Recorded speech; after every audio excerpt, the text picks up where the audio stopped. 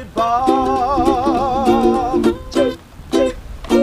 And Poncho Man, everybody. Welcome again to Breakfast with Bob from Kona at Huggo's on the Rocks. My name is Bob Babbitt, brought to you by Master Spas. SFuels, right fuel, right time. HOKA, Fly Human Fly. Deboer, Wetsuits, Quintana, and of course our Challenged Athletes Foundation.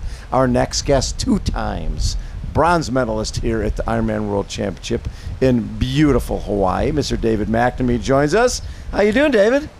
Yeah, it's good to be here. Great to be back on the island. It's my 7th time here. 7? Yeah, I feel like, I'm almost a local now. I've actually been on the island for the last almost 3 weeks now.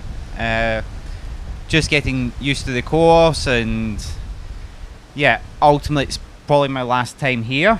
You think? Yeah. I'm 36. We are in Nice next year. And then realistically, I think in 2 years' time, I don't want to be coming here just to make up the numbers. You want to come here to be a factor. Yeah, and I feel this year I could be a factor in the race. But I just think in 2 years' time, 2 more years, I see how the level of Ironman racing is getting higher and higher. Yeah. And I'm sure we'll talk about that later on. And yeah, I don't want to be a journeyman person here, just turning up for fun. And it's a beautiful place to come, but for me, I want to be here racing the best in the world and feel like I belong here. And yeah, I'm fully committed to it this season. And yeah, I think realistically in 2 years' time, yeah, I won't be here. Maybe I'll come just to spectate, but right. Yeah. Yeah, it's interesting because by doing that, and I think you didn't race Nice, right? Because the downhills are because of the condition with your hand? Yeah, I have problems. I had a bad bike crash 10 years ago now, which left me with nerve damage in my hand. So the honest truth is I get scared in the downhills. So do I. Yeah. So for me, I know I can't be competitive there, and as I say, I love to be competitive, and that's when I race my best. So I took last year off from the Ironman World Championships because my love for the sport comes from watching Kona as a kid, and Nice was a beautiful venue, but it just, for me, it's not comparable. No, this is the Mecca. This is the Ironman World Championship, and Nice is awesome, great venue, but you can't get away from 40 some years of history. How did it change things for you when you did get your first bronze here? More sponsors, more awareness? I think obviously there's more sponsors, more awareness of you. My day-to-day life didn't really change much. I took a couple of weeks off afterwards, and then you get back to training, and that's the routine, and that's the routine that I love, and it's been part of me for the last 20 years, and I wouldn't change it for the world. And I'd love to say it changed my world completely, but yeah, the reality was it didn't, but that was the nice thing about it. It'd be great to change your world, but it's also nice the world you're in is pretty sweet. Well, this is it. I think if you're not enough without those podiums, then you'll never be enough, if that makes sense. And I just love the experience that this sport's brought me over the last 20 years, and the podiums and the successes are really nice, but that's like the cherry on the cake. The lasting memories of my career will be the people that I met, and the whole experience. Yes, traveling, the great people. Yeah.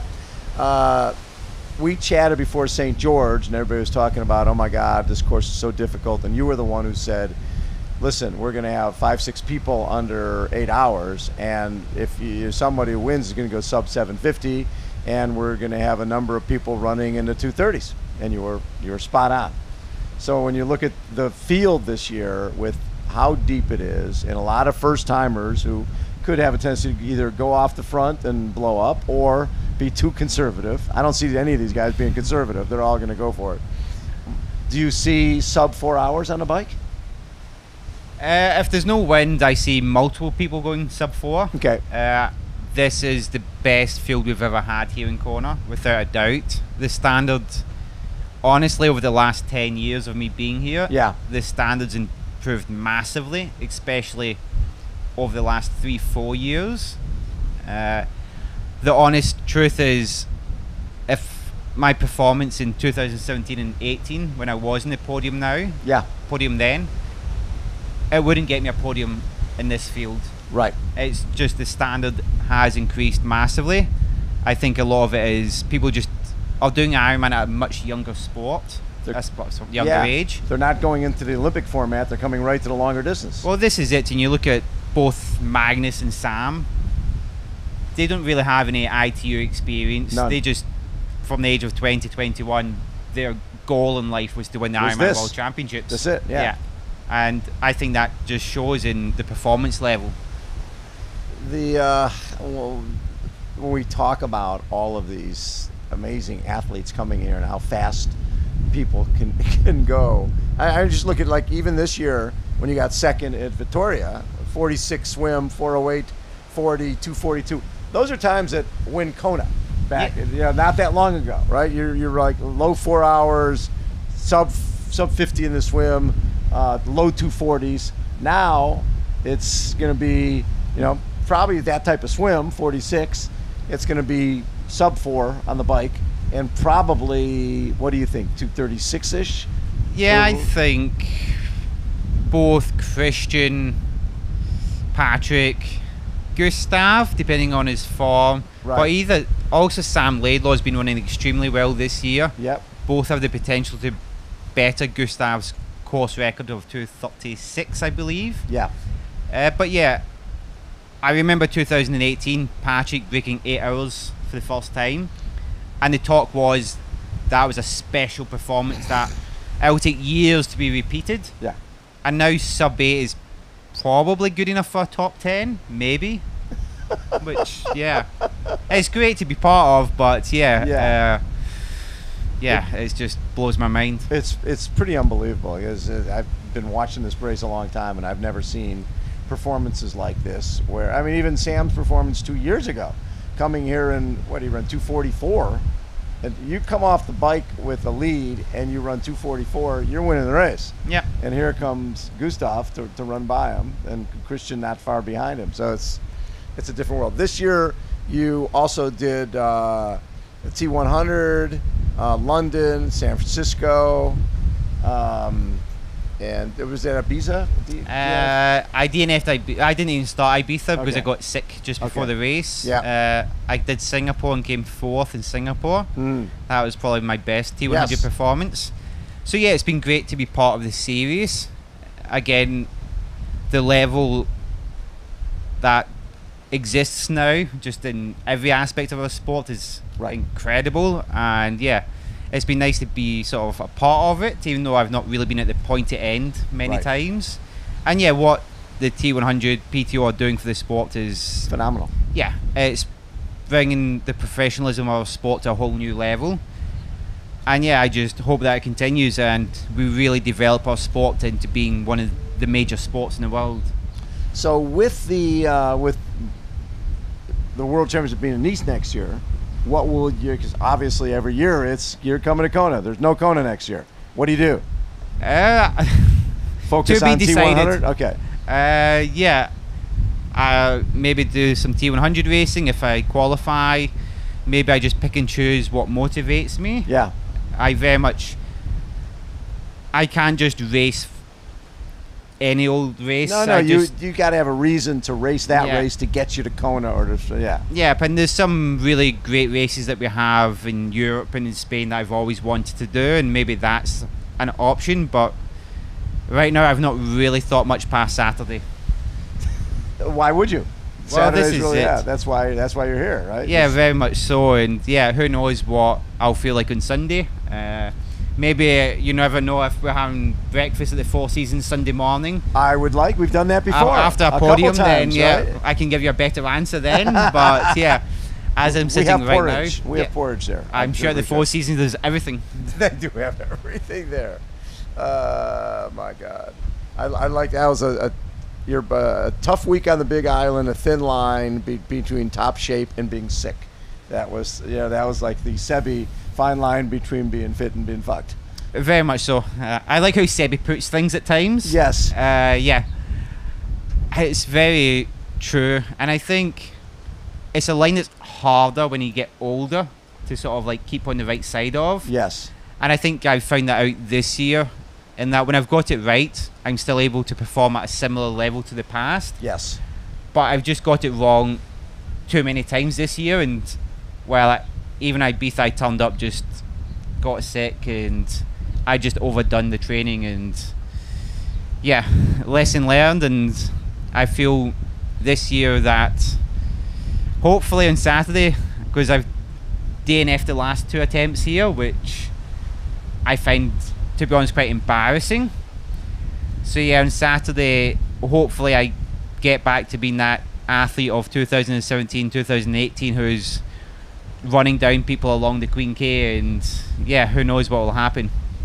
So when I look back, like 2015, you were 11th, 2016, 13th. The jump from 16 to 17, going from 13th to 3rd, what was it? Was it training differently? Just was there some secret sauce that in your training that led to that big breakthrough? A lot of it was just about confidence. I think in 15, 16 I had really good shape at some points during the season, but I'd always get panicked before Kona and just do too much. And I'd turn up in the island and I just never had that extra gear that you need for racing. I was just too tired. And at the start of 17, I started to get some really good results, and that just gave me the confidence to...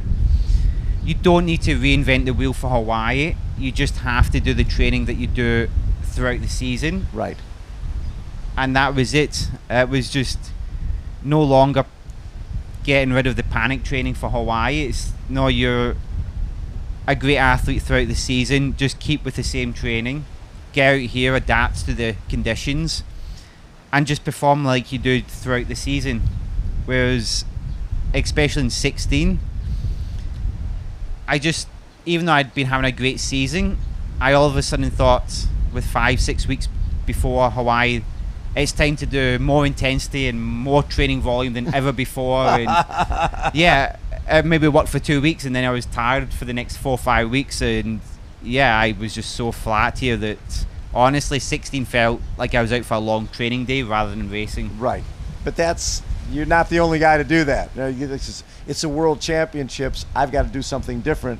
Where I remember interviewing Olympic gold medalist Frank Shorter. He goes, if you look at the Olympics, the guys who medal are usually the ones who come closest to what they normally do, not the ones who try to be Superman on race day.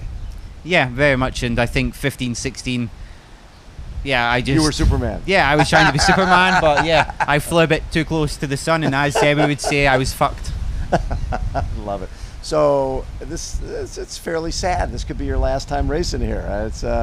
We've had a lot of great conversations, from you making porridge for us to after coming out to 4 seasons with us for Breckie.